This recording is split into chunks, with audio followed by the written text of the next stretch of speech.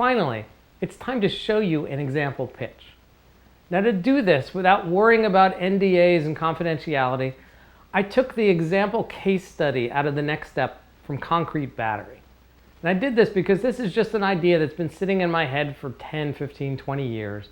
It's never been worked on. It's not a real company, right? So there's no issues with stealing anyone's information but mine, right? It's not totally fleshed out, but nonetheless, I've made some slides, and I'm gonna not just show you how to do one pitch, I'm gonna show you how to iterate on it twice to make it better and better and better. Okay, it starts out like this. Hi, my name is Looney, and I'm here to present you Concrete Battery, a way to do utility scale storage of electricity. Now, the problem is that wind and solar produce power only intermittently. The sun is not out all the time, the wind doesn't always blow, and yet people, when they go to turn on the lights, expect those lights to turn on 24/7/365. Whenever they flip the switch, they expect the lights to turn on. And the problem to the utility companies is there's no cost-effective way, or there was no cost-effective way, to store the power from the wind when it's blowing or the sun when it's shining and not needed. Why is this important? Well, it's projected that by 2050, half the power is going to come from wind and solar. And when that's true, there needs to be a way to store the power and use it at peak times when the power is created at not peak times. The solution to this is a very, very large spinning mass of concrete. Relatively low cost, very low tech.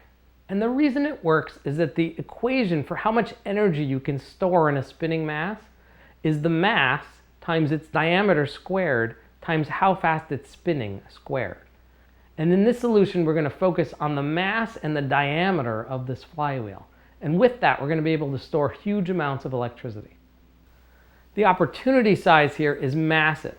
We already showed you the trend where about half of electricity will be produced by wind and solar. Well, what that means is that half of the new capacity of electricity generation will be from wind by 2050. And you can see that in this chart here.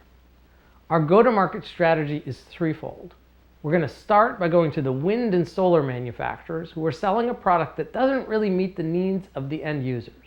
Remember, those end users want to flip on the light switch anytime and get light anytime. Well, the wind and the solar guys, they're selling power that's produced whenever the sun is out or the wind is blowing. So we're going to put a concrete flywheel. We're going to propose to sell them a concrete flywheel that sits underneath the towers or next to the solar panels that will store the energy that isn't being used at any given time. Next, we're going to go to the utility companies because they already have a large amount of wind and solar, and they would like to have storage for that wind and solar on a utility scale, the whole grid scale. So we're going to go to them second. And thirdly, there are certain installations. There are hospitals and data centers and other places that could really use backup power. And so we're going to turn to them as well, and we're going to try and sell them some backup power solutions. Here's our revenue projections. It starts out rather modest, one sale, 3 flywheels, $300,000 in the first year, growing to 100 customers, on average 5 flywheels each, $50 million in sales by the 5th year. We think this is really modest, really conservative. There are thousands of utility companies out there. There are tens of thousands of wind and solar installations. We're just going to grab a tiny little sliver and make a small dent in this market. There is competition today, including 3 other companies that sell flywheels, plus a whole slew of solutions that are really stuck in R&D, that really aren't out there at commercial scale yet. Again, our advantage is that we use the lowest technology. Our advantage is that we use the least amount of technology required to solve this problem. We use low-cost materials and low-cost parts. We do this in a manner that can be used anywhere. Probably our biggest competition is actually pumped hydro, which only works in very small areas in the world, whereas our solution works anywhere. We got an awesome team put together to do this. Joan Jones is the CEO. She was the co-founder of XYZ Corp along with Bob Green, who's our VP of Sales. We got Joe Smith as our CTO. He spent 20 years at Pacific Electric. And we got an awesome advisory team, including Dr. Joe White.